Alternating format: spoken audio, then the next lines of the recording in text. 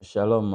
Mais le Dieu vous bénisse abondamment, qu'il vous bénisse abondamment. Nous sommes encore très heureux de vous savoir nombreux à suivre cette rencontre. Comme nous l'avions dit la fois passée, nous sommes en train de partager des bons moments dans la présence du Seigneur. Et vraiment, je prie l'Éternel Dieu que cette rencontre puisse produire quelque chose de merveilleux. Parce que, bien aimé, le rendez-vous avec l'Éternel Dieu a toujours produit des merveilles que le monde ne peut nous accorder.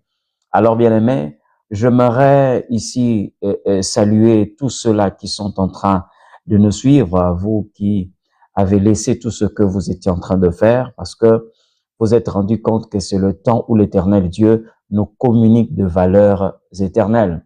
C'est le temps où l'Éternel Dieu nous transmet ce qui vient fraîchement du royaume. Alors, bien aimé, j'ai compris la pensée de Dieu pour ces derniers temps. Il nous parle beaucoup plus sur les amitiés, parce que je me rends compte qu'il y a quelqu'un qui doit normalement aller loin dans sa destinée. Et l'Éternel Dieu a vu le malin planifier quelque chose de mauvais pour pousser cet homme à l'échec, pousser cette femme à l'échec. Mais l'Éternel est tellement bon, lui qui a fait la promesse en disant quel est le serviteur qui donnera la nourriture convenable au temps convenable. Donc, le Seigneur Dieu est en train de nous servir au temps convenable pour que nous ne puissions pas être la proie de l'ennemi. Laissez-nous, bien aimés, le temps de remercier le Seigneur et de recommander ces moments entre les mains du Tout-Puissant. Créateur de l'univers, nous te disons merci. Merci, Éternel, notre Dieu, pour ce que tu as accompli. Merci pour nous ouvrir la porte de ta présence. Et nous prions, Père éternel Dieu, que nous puissions être captifs, que nous puissions être réceptifs par rapport à cette parole que tu as disposée pour notre bien. Bénis tous ceux-là qui nous suivent et dans le nom puissant de Jésus-Christ de Nazareth. Amen. Voilà, bien-aimés, nous sommes en train de parler des amitiés vraies.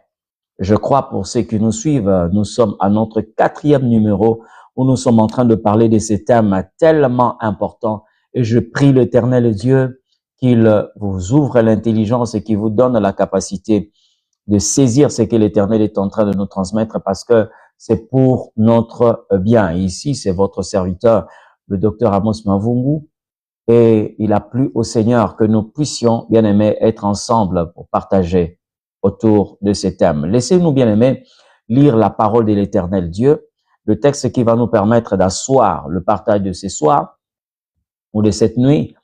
Alors, nous sommes dans le livre des Proverbes, chapitre 27, le verset 6. Je vais nous lire la parole du Seigneur. La Bible dit, « Les blessures d'un ami prouvent sa fidélité, mais les baisers d'un ennemi sont trompeurs. » Amen. Que l'Éternel Dieu nous bénisse abondamment. Bien-aimés, écoutez ce que la Bible est en train de dire ici. Les blessures d'un ami prouvent sa fidélité, mais les baisers d'un ennemi sont trompeurs. Alors, bien-aimés, la fois passée, vous étiez nombreux à nous poser des questions, même en privé. Après le live, il y a des ceux qui ont posé beaucoup de questions pour savoir comment reconnaître les mauvais amis et tout.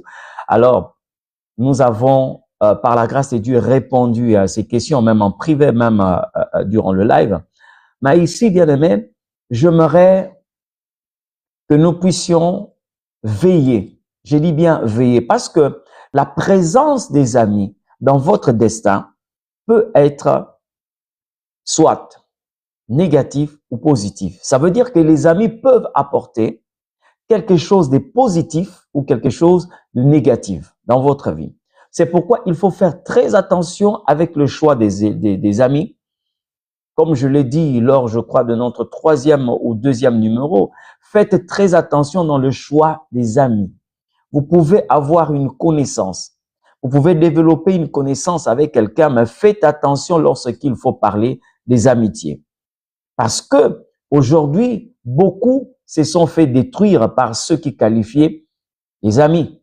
Beaucoup, je dis bien beaucoup, ont été déviés par ceux qu'ils qualifiaient d'amis.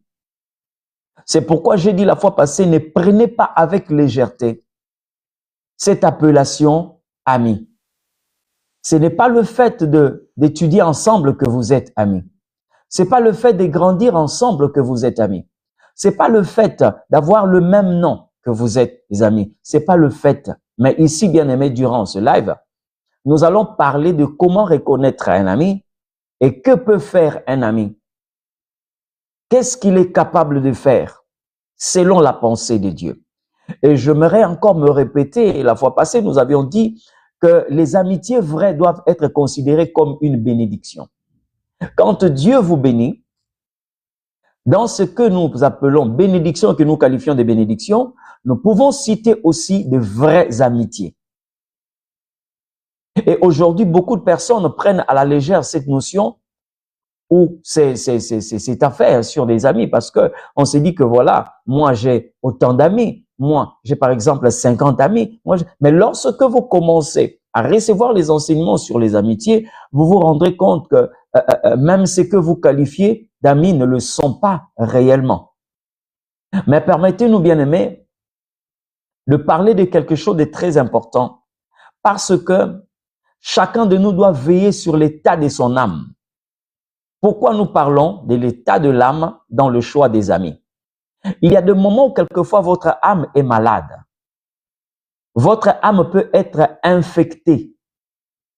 Et lorsque votre âme est infectée, c'est une période où vous accusez certaines faiblesses dans le domaine de l'âme. Et cette période est très dangereuse si vous commencez à vous faire des amis. Parce que, bien aimé, vous allez vous rendre compte que sur le plan humain, chacun de nous a des faiblesses. Il y a des hauts et des bas. Il y a des périodes où vous vous sentez réellement faible. Il y a des périodes où vous vous sentez fort. Mais lorsque vous commencez à sentir des faiblesses, surtout au niveau de l'âme, parce que nous parlons de l'âme pour le simple fait que l'âme est le siège des émotions et des sentiments. Vous allez commencer à développer quelquefois des sentiments négatifs et c'est en ce net moment-là, si vous faites des amis, bien aimé, vous êtes pris au piège du diable. Parce que vous allez vous rendre compte, bien aimé, certaines amitiés sont tissées, sont basées sur les plaisirs, sur les sentiments, les préférences.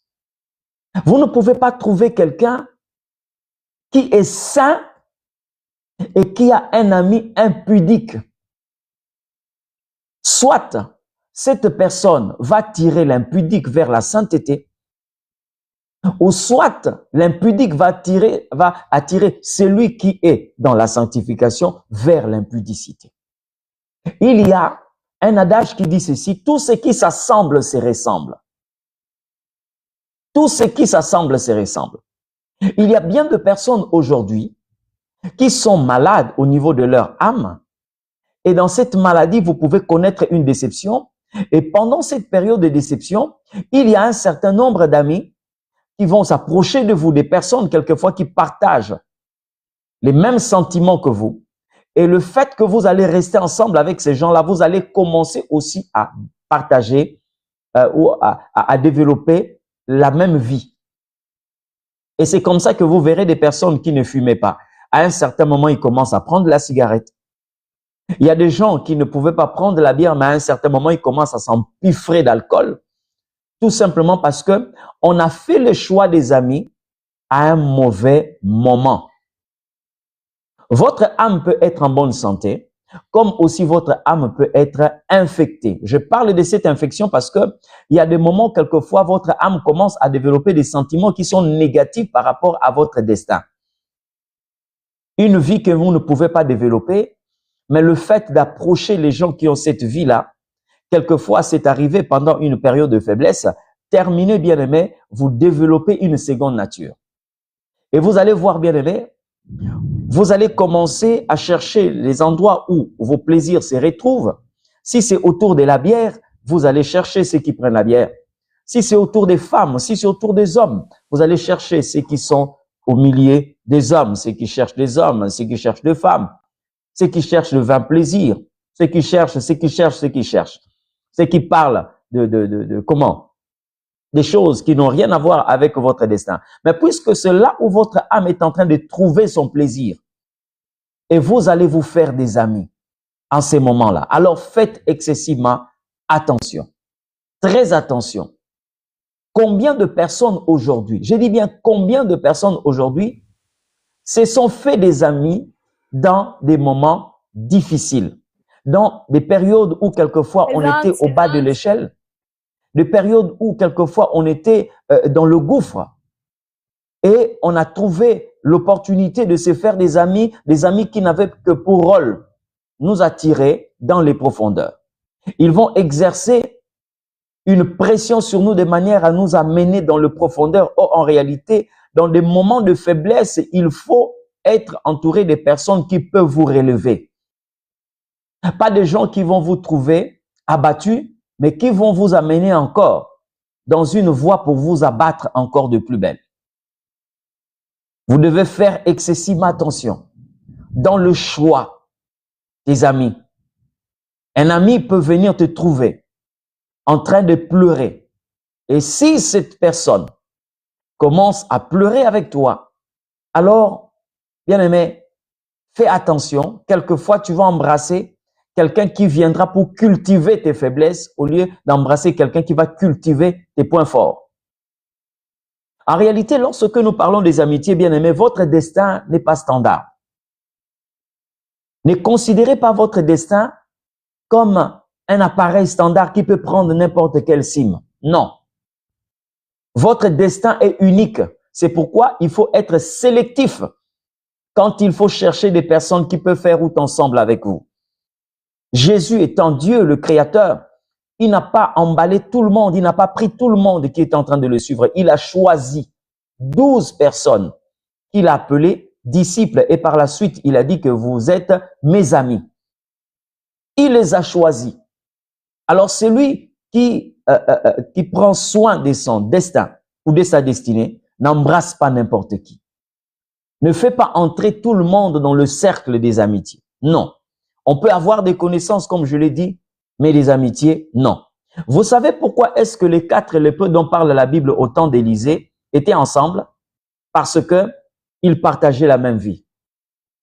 Et c'est comme ça, les amis. Et vous allez voir lorsque vous vous retrouvez au milieu de lépreux, qu'est-ce que vous pouvez vous partager? Les lépreux vont certainement vous dire que voilà, un lépreux va te dire voilà comment est-ce qu'il faut se gratter pour ne pas se blesser. Moi, je n'utilise pas mes ongles, mais j'utilise seulement le bout de mes doigts. Voilà, moi, je fais ceci. Donc, ils ne font que partager la vie qu'ils ont en commun. Alors, aujourd'hui, vous appelez amis ceux-là qui vous amènent des femmes, ceux-là qui vous amènent dans la déviation, ceux-là qui vous donnent un plaisir mondain.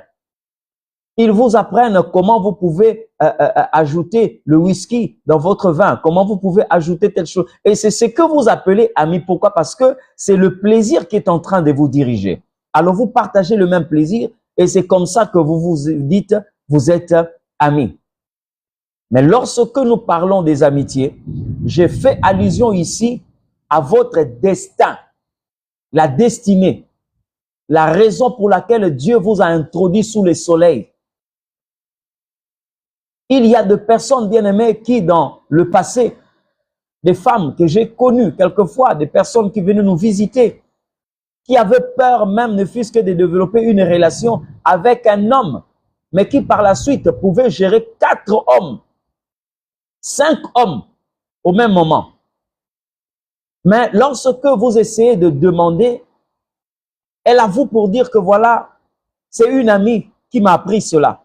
Mais au fond, au début, la personne n'était pas comme ça. C'est comme ça que la Bible est en train de dire que la mauvaise compagnie corrompt le bon mœurs. Bien-aimés, faites attention.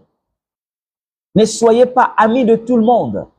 Votre destin est tellement cher. Ne faites pas entrer n'importe qui parce que vous risquerez, bien-aimés, de détruire les valeurs et d'empiéter sur ce qui pouvait vous propulser.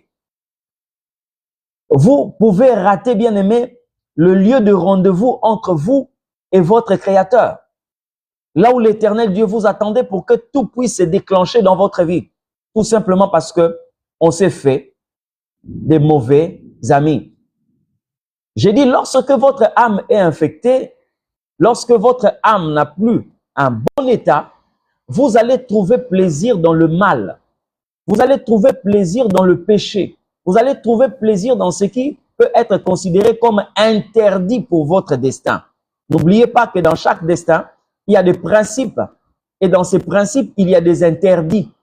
Des choses qu'on ne peut pas faire si vous voulez réussir votre destin. Et quand je prends l'exemple de Samson, la Bible parle des interdits par rapport à son destin. Le rasoir ne pouvait pas passer sur sa tête. Jean-Baptiste de même. L'Éternel a dit à sa mère, tu ne peux pas prendre quelque chose d'impur parce que cet enfant qui est dans ton ventre est consacré à l'Éternel dès le ventre de sa mère. Regardez lorsque votre âme est infectée. C'est comme ça que j'ai fait mention de l'état de votre âme lorsqu'il s'agit du choix des amis. Vous vous souviendrez que Abraham avait une femme merveilleuse. Elle s'appelait Sarah. Cette femme est allée jusqu'à donner sa servante à son mari, Agar. Mais la Bible dit que quand Abraham est sorti avec Agar, Agar a conçu, elle est devenue enceinte. Alors avec les caprices de la grossesse, certainement Agar ne pouvait pas supporter tout ce que Sarah était en train de lui inculquer ou de lui intimer comme ordre. Alors, les femmes qui nous suivent ici ont l'expérience, celles qui ont déjà mis au monde, ont l'expérience de ce qu'on appelle le caprice de la grossesse ou la souffrance de la grossesse. Alors, Sarah voulait se servir d'Agar comme une femme ordinaire, oubliant que Agar était déjà grosse. Or, elle, Sarah, n'a jamais conçu, elle n'a jamais mis au monde. Donc, elle ne comprend pas ce que Agar est en train de vivre. La Bible dit que quand Agar a conçu, elle a commencé à regarder sa maîtresse avec dédain. Alors, c'est en ce net moment-là que Sarah est allée voir Abraham. Voilà ce que la servante est en train de faire. Moi, j'ai mis sous toi ma servante et aujourd'hui, elle est en train de me voir, à me regarder avec dédain. Écoutez les dires d'Abraham. C'est ta servante. Fais ce que bon te semble. En d'autres termes, Abraham dit à Sarah, fais ce que tu trouves bon à faire. Mais lorsque votre âme est infectée, vous allez confondre le bien et le mal. Soit, vous allez commencer à trouver le plaisir dans le mal au lieu de trouver le plaisir dans le bien. Qu'est-ce que Sarah a fait? La Bible dit, Sarah trouva bon de maltraiter Agar. Lorsque l'âme est infectée, vous allez embrasser le mal. Et vous allez commencer à prendre plaisir dans le mal. Abraham a commencé, plutôt Sarah a commencé à maltraiter Agar. Or, qu'est-ce qui empêchait Sarah d'appeler Agar et de lui prodiguer des conseils? Donc, elle trouva bon de maltraiter sa servante. Voyez un peu? Votre âme, lorsqu'elle est infectée, vous allez commencer à choisir des mauvais amis. Lorsque votre âme est touchée par une infection, l'infection de l'âme, ça va vous pousser, bien aimé, à faire des très mauvais choix et des choix qui auront des impacts négatifs sur votre destin. Faites excessive attention quand il s'agit des choix des amis. Je me répète encore, je le dis, les choix des amis doivent être, les bonnes amitiés doivent être considérées comme une bénédiction que l'Éternel Dieu nous accorde. Alors, rapidement, bien aimé, nous allons répondre à cette question. Premièrement, qu'est-ce qu'un ami est censé faire? Que doit faire réellement un ami? Lorsque vous avez des amis, posez-vous la question de savoir qu'est-ce que les amis doivent normalement faire. Mais à cette question, bien aimé, je vous renvoie ce texte de la Bible. Un ami peut vous blesser. Peut-être quelque chose qui va vous étonner, mais un ami peut vous blesser. Comment est-ce qu'un ami vous blesse? Un ami vous blesse là où l'ennemi veut que vous puissiez être intact.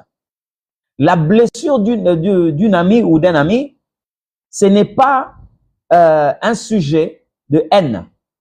Mais la blessure d'un ami, la Bible dit que la blessure d'un ami prouve sa fidélité. C'est-à-dire qu'un ami peut vous blesser lorsqu'il sait que vous avez pris un mauvais chemin.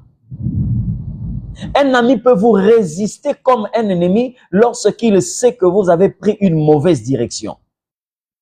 Mais un ennemi, lorsque vous prenez une mauvaise direction, il est là en train de se frotter les mains parce qu'il veut que vous puissiez échouer. Un ennemi, lorsque vous avez pris une mauvaise décision, il peut commencer à vous acclamer parce que il ne jure que sur votre échec. Voyez un peu? Alors, un ami, lui par contre, il a la possibilité, c'est comme ça que la fois passée, nous avions dit que l'ami n'est pas là seulement pour vous dire des choses que vous voulez entendre. Mais l'ami vous dit des choses vraies. L'ami vous dit ce qui est vrai, la vérité. Même si vous voulez écouter des bonnes choses, mais selon un ami, les bonnes choses, c'est la vérité que cet ami est en train de vous apporter. Un ami peut vous blesser. C'est comme ça que vous allez voir quand nous regardons dans la Bible le comportement de l'ânesse de Balaam. Balaam avait une ânesse, mais quand vous regardez le comportement de cette ânesse, vous allez comprendre la réaction des vrais amis. Pendant que Balaam est en train de se diriger vers Balak, il était en train de souhaiter recevoir cette grande bénédiction ou les honneurs que lui avait promis le roi Balak, mais il était sur son ânesse. Mais pendant que lui, il était en train d'avancer pour atteindre le lieu de sa gloire, l'ânesse voit un ange de l'Éternel avec une épée nue à la main. Dans la Bible, lorsque vous voyez un ange avec une épée nue, c'est-à-dire qu'il est prêt à agir. Quand l'âne a vu cela, l'âne s'est abattu. Dans d'autres versions, on dit même que l'âne avait coincé la jambe de Balaam contre le mur. Voyez? Donc, bien sûr que Balaam ne voulait pas voir un tel spectacle. Il a commencé à taper l'ânesse. Mais l'ânesse a préféré garder cette position. Elle s'était abattue. Elle a accepté de recevoir des coups de fouet, mais épargné la vie de son maître. Voilà comment est-ce qu'un ami doit agir. Mais si c'était un ennemi, il allait avancer, quand bien même il voit un ange nu, parce qu'il sait que l'ange ne va pas me décapiter, l'ange va décapiter celui qui est au-dessus de moi. C'est comme ça que vous verrez beaucoup de gens que vous qualifiez d'amis, en réalité, ils ne sont pas là pour votre bonheur. Ils ne sont pas là pour votre bonheur. Ils peuvent être là quelquefois, ils méditent le mal. Ils peuvent être là quelquefois, ils ne pensent qu'à notre échec. Mais comme nous n'avons pas les lunettes de Dieu, comme nous ne sommes pas capables de jauger ce qu'ils ont au-dedans d'eux, nous pouvons croire facilement et aveuglement à certains ennemis qui se déguisent et qui portent les costumes d'amis. Faites excessive attention. J'aimerais avoir des gens autour de moi qui peuvent avoir le comportement de cette ânesse de Balaam. Lorsque vous prenez la mauvaise direction, ils sont capables de vous résister. Ils sont capables de vous dire des choses qui ne vont pas vous arranger parce qu'ils tiennent tellement à votre réussite. Ils tiennent tellement à votre élévation. Ils tiennent tellement à votre épanouissement. Et lorsqu'ils voient que vous commencez à prendre une mauvaise direction, ils sont capables, bien aimés, d'être un bouclier ou une muraille qui va résister contre votre évolution ou ce que vous qualifiez de prospérité. Qu'est-ce qu'un ami peut normalement faire? Un ami peut te blesser. Mais lorsque un ami te blesse, bien aimé, ne le confonds pas à un ennemi. Parce que nous avons vu dans la Bible un homme qui a blessé aussi Jacob. Lui-même, il lui a cassé la hanche. Mais Jacob a compris que cet ami-là, celui-là n'était pas un ennemi. Parce que vous ne pouvez pas demander à un ennemi de vous bénir. Cet homme a lutté avec Jacob toute la nuit. Toute la nuit. Jusqu'à ce que cet homme va dire à Jacob, laisse-moi, je vais partir.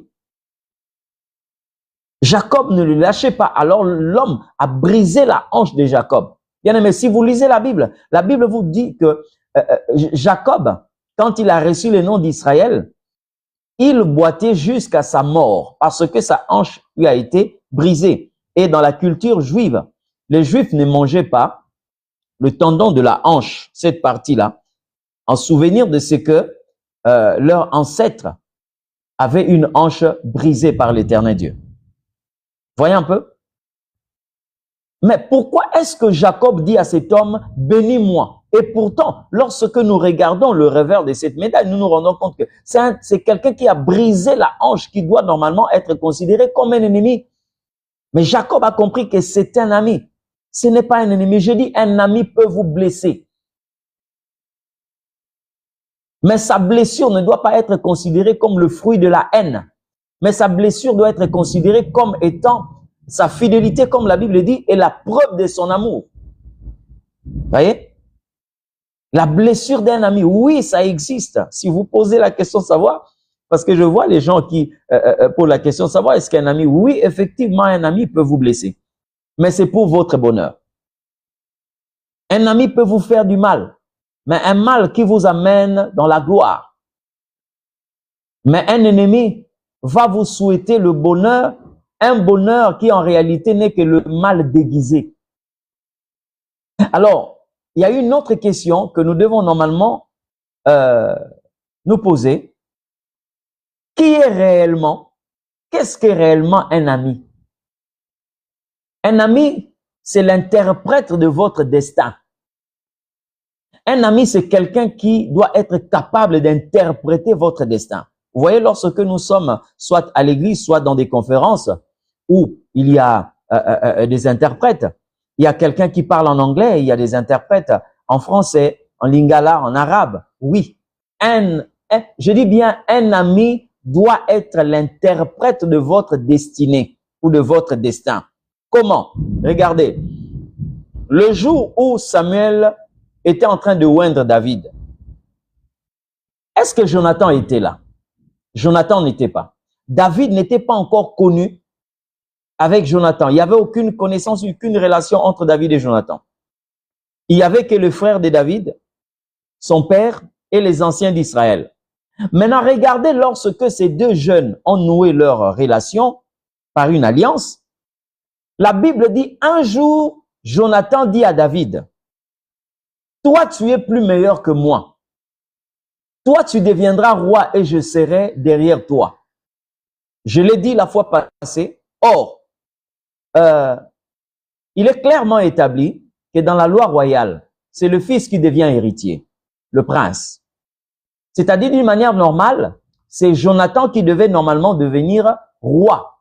Donc, il était normal que David puisse dire à Jonathan, si tu deviens roi, ne m'oublie pas. Mais Jonathan a regardé les qualités qu'avait David. Il s'est dit, même si je suis le fils d'un roi, mais les mérites de cet homme, je ne les ai pas. Donc, à le voir, je sais que c'est lui qui peut devenir roi. Et moi, je serai derrière lui. Or, ce que Jonathan est en train de dire, il interprète le destin de David. Combien de ceux que vous appelez amis sont capables d'interpréter votre destin? Par contre, il y a des ceux qui vous combattent.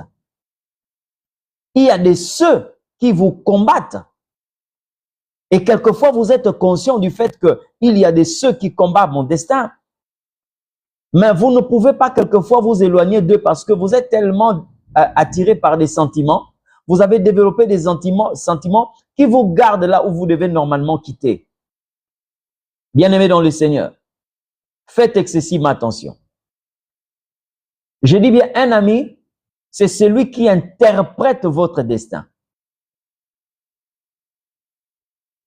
Il est l'interprète de votre destinée. Et pour voir, bien aimé, jusqu'où les amitiés peuvent arriver, il y a des moments, quelquefois, vous ne dites pas à un ami ce que Dieu vous dit. Mais l'Éternel lui-même parle de cet ami, ce que vous êtes réellement pour lui. C'est comme ça que je dis que l'amitié ne doit pas seulement être physique, mais l'amitié commence d'abord dans le spirituel. L'amitié commence dans les spirituels. Faites attention aux amitiés, bien-aimés. Nous sommes en train d'insister et si nous revenons numéro après numéro par rapport à cet enseignement, faites attention aux amitiés. Je suis fort convaincu et j'ai pari ma tête qu'il y a des personnes qui sont appelées à une destinée glorieuse, mais que l'Éternel est en train d'enlever comme les arêtes pour que votre destin ne soit pas entaché de certaines personnes, des opportunistes qui ne viendront que pour vous faucher ou qui seront utilisés par l'ennemi pour vous renverser. Qu'est-ce que réellement un ami? Un ami, non seulement qu'il est l'interprète de votre destin, mais vous allez vous rendre compte que chacun de nous a reçu des dieux, 2 yeux, 2 jambes, 2 mains, 2 oreilles, 1 bouche. Je m'arrête par là. Mais les amitiés, en réalité, les amitiés vraies, sont une multiplication de tout ce que nous avons reçu des dieux. C'est-à-dire, à vous seul, Dieu a donné 2 jambes. Mais une amitié vraie vous donne 4 jambes.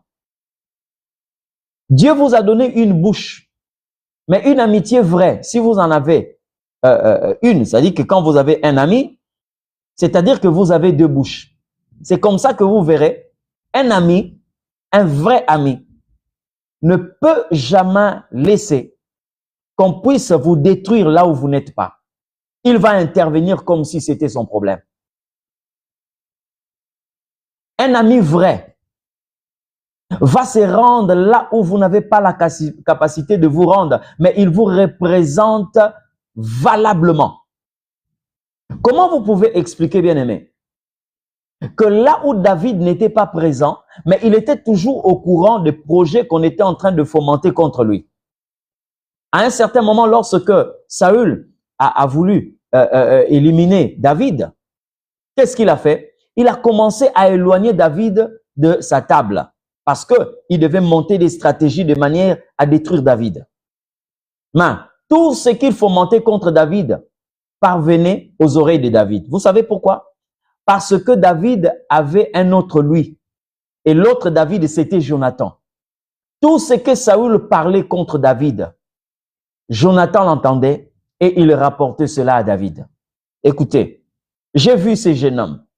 Vraiment, j'ai prie l'Éternel Dieu. Que l'Éternel Dieu vous donne de Jonathan. Votre destin est tellement précieux. Votre destinée est tellement précieuse. Votre destin est tellement précieux que vous avez besoin de Jonathan pour que vous puissiez avancer. Il était capable, bien aimé, de passer des codes pour sauver la vie de David. En disant à David, je veux participer à cette réunion. Mais si je lance une flèche et que je dis, va suivre au loin cette flèche, sache-le bien que je suis en train de m'adresser à toi, fuis au loin. Ne reste pas dans les alentours, c'est que mon père a déjà pris des décisions pour que les gens se mettent à ta recherche. Quelle grâce, quelle bénédiction. Les amitiés vraies, lorsque vous avez un ami vrai, c'est-à-dire Dieu vous a donné 4 yeux au lieu de 2. Lui, il peut voir des choses que vous n'avez pas la capacité de voir et vous rapporter cela pour sauver votre vie. Les véritables amitiés, je dis bien, c'est la multiplication de tout ce que Dieu nous a donné. Il y a aujourd'hui, bien aimé, des gens qui sont présents là où on est en train de fomenter des coups contre eux. Mais il y a d'autres qui sont absents, mais qui quelquefois sont représentés par de vrais amis. Vous ne pouvez pas calomnier un ami, une personne à côté d'un vrai ami. Sinon, il va réagir. Mais si vous voyez quelqu'un qui ne dit mot là où on est en train de vous critiquer et qui quelquefois ne vous fait pas rapport de ce que les hommes ont arrêté contre vous, même si vous avez grandi ensemble, même si vous avez 30 ans de ce que vous qualifiez d'amitié, faites attention. Faites attention. Qu'est-ce que réellement un ami? Un ami, c'est celui qui a la possibilité de supporter votre élévation. Il supporte votre élévation. Combien de personnes aujourd'hui, ceux qui sont autour de vous ne sont pas capables de supporter votre élévation? Un ami a la possibilité d'entendre et de voir votre élévation. C'est-à-dire, quand il entend votre élévation, il se prépare aussi à voir votre élévation. Et entre écouter votre élévation et voir votre élévation, son attitude ne change pas. Mais par contre, il y a ceux qui peuvent entendre votre élévation, mais qui ne vont pas accepter de voir votre élévation. La preuve, est-ce que vous savez que Saül, déjà de par son attitude, il montrait qu'il ne pouvait pas être ami de David, Saül le père. Vous savez comment? Est-ce que vous savez que Saül, la première information qui lui est parvenue concernant David, c'est lui qui est allé lui parler de David. Il a dit, je connais un fils de Jessé, un fils d'Isaïe. C'est un bel homme. Il joue bien. C'est un vaillant guerrier. Vous comprenez un peu? Il y a quelqu'un qui a parlé de David à Saül. Donc Saül a déjà entendu parler de David, de ses exploits. Mais le jour où David fait preuve de ses exploits, le jour où il tue Goliath, c'est-à-dire Saül voit le vaillant guerrier, c'est alors qu'il prend la décision de vouloir terminer et détruire cet enfant. Il y a des gens qui ne vont pas supporter votre élévation. Et je vous en supplie, bien-aimés, n'appelez jamais ces gens et ne les qualifiez jamais d'amis. Ce ne sont pas des amis. Ce sont des ennemis déguisés. Il y a des gens qui peuvent entendre que vous êtes un serviteur de Dieu, une servante de Dieu, que vous êtes béni de l'éternel Dieu. Mais lorsque ces bénédictions commencent à se manifester, c'est en ce net moment que quelquefois, Dieu nous révèle ce que nous étions en train de qualifier d'amis. J'aime ce texte de la Bible quand Ésaïe dit « L'Éternel est celui qui donne la prospérité et il suscite l'adversité. » Dieu est celui qui donne la prospérité et il suscite l'adversité. Le même Dieu, c'est lui qui donne la lumière et il crée le ténèbre. Vous savez pourquoi? Parce qu'il y a ceux que vous appelez amis qui ne peuvent être avec vous que lorsque vous êtes dans la période des vaches maigres. Mais qui ne vont pas supporter votre période des vaches grasses. Il y a ceux qui peuvent faire route ensemble avec vous lorsque vous êtes prisonnier dans la prison des pharaons, mais qui ne vont pas accepter que vous puissiez devenir gouverneur de l'Égypte. Alors vous devez vous débarrasser de ces genres de personnes. Malheureusement, ce texte de la Bible qui dit que la femme sage bâtit sa maison et l'insensé la renverse de ses propres mains, les gens se fixent seulement sur des femmes comme nous sommes au mois de mars, donc on parle que des femmes. Non. Même un homme peut avoir ces caractères. Même un homme peut avoir ces caractères-là. Parce que vous pouvez détruire votre destin de vos propres mains.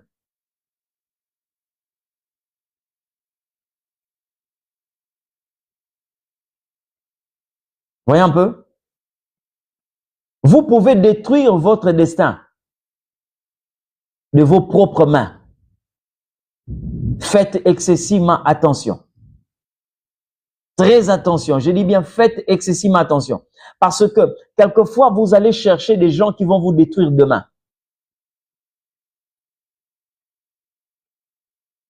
Vous pouvez chercher ou creuser votre propre tombe. Vous pouvez fabriquer votre propre malheur, tisser votre propre malheur par le choix des amis qui ne sont autres que des ennemis déguisés.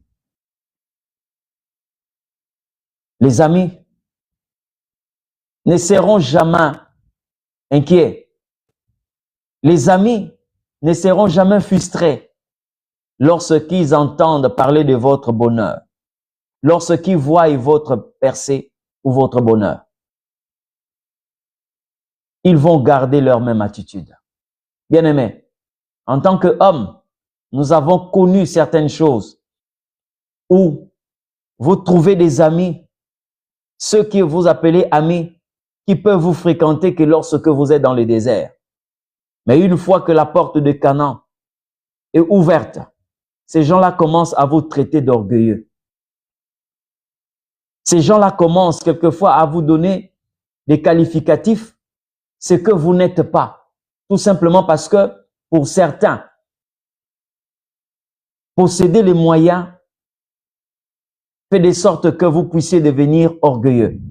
Manquer du temps. Vous savez bien aimé, lorsque vous êtes au chômage, vous avez du temps. Mais quand le travail arrive, vous n'avez plus de temps. Vous travaillez au bureau, vous travaillez à la maison.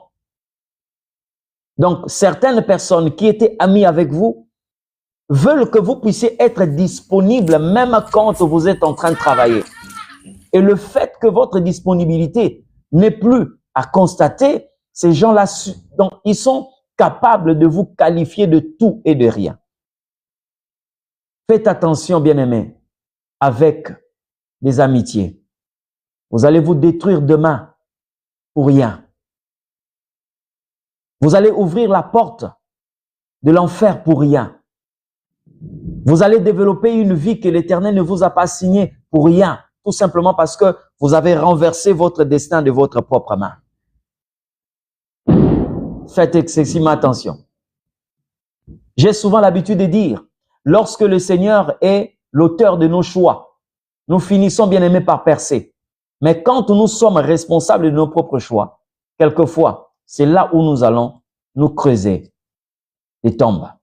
Vous savez bien aimés, il y a 2 prophètes qui ont eu des successeurs. Mais lorsque vous regardez la manière dont ces gens-là ont accompagné ces prophètes, vous trouverez le secret. Je prends l'exemple d'Élie. Est-ce que vous savez que Élisée s'est retrouvé à côté d'Élie? Ce n'était pas le choix d'Élie. Dieu a dit à Élie, prends Élisée. Et Élie a pris Élisée à ses côtés. Et vous voyez la fin de ces prophètes. Il a reçu l'esprit d'Élie. Il a fait la continuité du ministère d'Élie.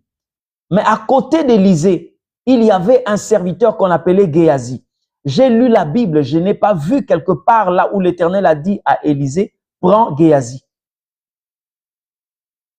Il est allé prendre certainement Géasi parce que bon, il a trouvé bon de prendre Géasi.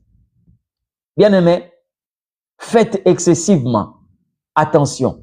Lorsqu'il s'agit de choix des amis, faites excessivement attention. Voilà, bien aimé, je crois que nous avions à parler aujourd'hui sur les amitiés. C'était notre méditation de ce soir, notre partage. Comme je l'ai dit, nous sommes à notre 4e ou je crois 5e numéro sur les amitiés vraies. Alors, nous donnons toujours l'opportunité. Oh, voilà, nous sommes dans le noir, le courant venait de partir. C'est ça aussi, l'Afrique. Alors, nous sommes en train de parler de ces choses, bien-aimés, pour que chacun de nous puisse redéfinir sa relation ou ses relations, pour que l'ennemi ne puisse pas passer par nos propres choix pour nous détruire. Alors, bien-aimés, nous laissons toujours l'opportunité à ceux qui ont des questions avant que nous puissions prier, parce que nous sommes à la fin de notre partage, de notre enseignement de ce soir. Si il y a des ceux qui ont des questions, nous sommes là pour ces 2 minutes restantes. Nous pouvons, par la grâce de Dieu, répondre à vos doléances. Donc, voilà un peu.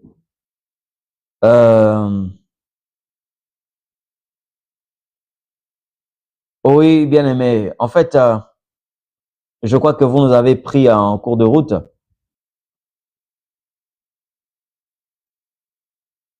Ok, un ami de la destinée peut aussi devenir un mauvais ami. Je dis ceci, quand on dit ami, c'est ami. J'ai dit qu'il y a la fois passée, j'ai parlé sur des personnes qui peuvent jouer une partition dans votre destinée. Ils ne deviennent pas mauvais, hein? Ils jouent leur partition et c'est fini. Ils peuvent disparaître. C'est le rôle qu'ils devaient normalement jouer. C'est la partition qu'ils devaient jouer dans votre destin. Et quelquefois, ces gens-là disparaissent dans votre vie. Vous verrez que lorsque les chansons a joué sa partition, il a introduit Joseph dans la cour du roi. Après, on n'a plus parlé de lui. C'est vrai qu'il était toujours là, mais on commençait à citer l'épisode où Joseph devait rencontrer ses frères, Joseph devait avoir des enfants et tout. Mais il a joué sa partition et il s'est arrêté là, mais la vie continuait. Donc, un ami de la destinée ne peut jamais devenir un mauvais ami. Jamais. Ce que nous qualifions de mauvais là, ce que nous détectons comme mauvais, en réalité, ils étaient mauvais depuis le départ. Mais quelquefois, on ne pouvait pas le détecter comme l'ivraie et le blé. Au départ, ces deux plantes se ressemblent. Mais lorsque on arrive au niveau, au temps de la récolte, c'est en ce net moment qu'on comprend parce que l'ivraie ne peut pas produire de blé. Et le blé ne peut pas produire l'ivraie. C'est lorsque ces plantes-là atteignent la maturité et nous commençons à comprendre que non, ça c'était le blé et ça c'était l'ivraie. Donc voilà, bien-aimé Mayas, un ami de la destinée ne peut pas devenir un mauvais ami. C'est impossible. Voilà.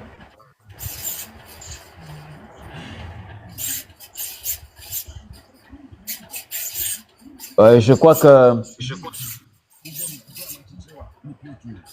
nous sommes en train de... Oui, on vous permet de poser des questions avant que nous puissions prier. Si vous avez une préoccupation par rapport à cette matière, par rapport à ce que nous sommes en train d'exposer ici concernant les vraies amitiés, si vous avez une question, vous pouvez la poser. Sinon, nous allons prier pour nous et nous serons obligés de vous randonner pour la semaine prochaine. Nous serons en direct le mardi à 20h. Voilà, je crois que nous allons prier.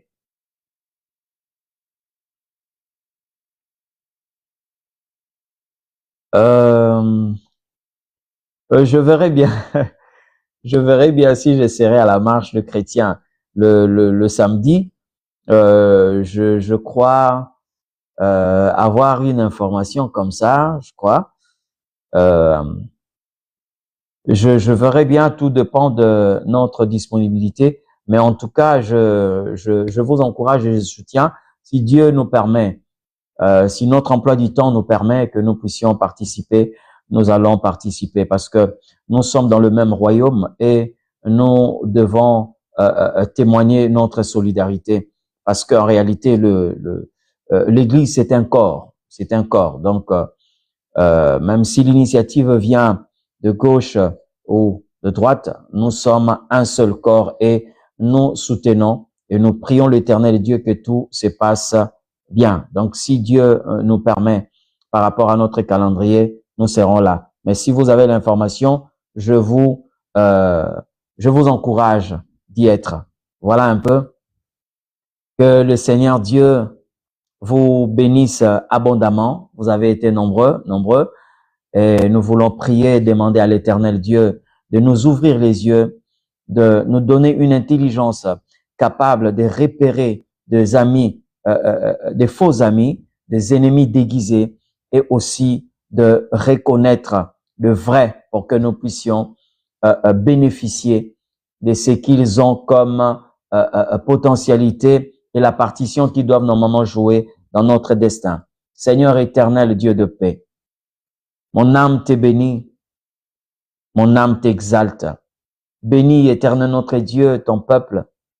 Seigneur Dieu, nous avons entendu parler le Saint-Esprit et nous te prions, Seigneur, de nous aider à faire de bons choix. Et toi seul, Seigneur Dieu, tu nous guides dans nos choix. Et cela dans le nom de Jésus.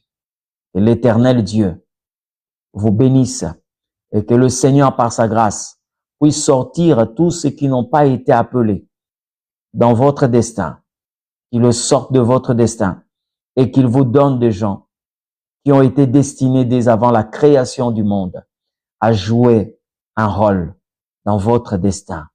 Des gens qui sont là pour vous propulser, des gens qui sont là pour vous faire avancer, vous pousser à développer et à reconnaître des valeurs qui sont cachées en vous. Dans le nom de Jésus-Christ de Nazareth. Amen.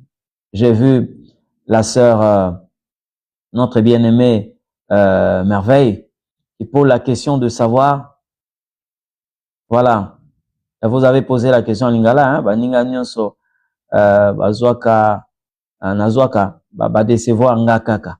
Oh, bon, voilà. Vous avez parlé, hein, ma sœur, vous avez dit que tous les amis que vous avez ne font que vous décevoir. Baninga nyonso oyo zwaka. Ce n'est pas Dieu qui vous donne ses amis. Mais je vous assure que si Dieu commence à vous donner des amis, ou vous exigez, ou vous priez de manière à ce que Dieu vous donne des amis, vous ne serez jamais déçus. Et je prie que l'Éternel Dieu vous donne cette fois-ci des amis capables d'interpréter votre destin. Voilà, bien-aimés, nous étions vraiment heureux de savoir que vous étiez nombreux à nous suivre, que le Seigneur Dieu vous bénisse et votre vie puisse être bénie, alors bénie dans le nom de Jésus-Christ. Merci, nous vous fixons rendez-vous le mardi à 20h. Que l'Éternel Dieu vous bénisse abondamment. Merci.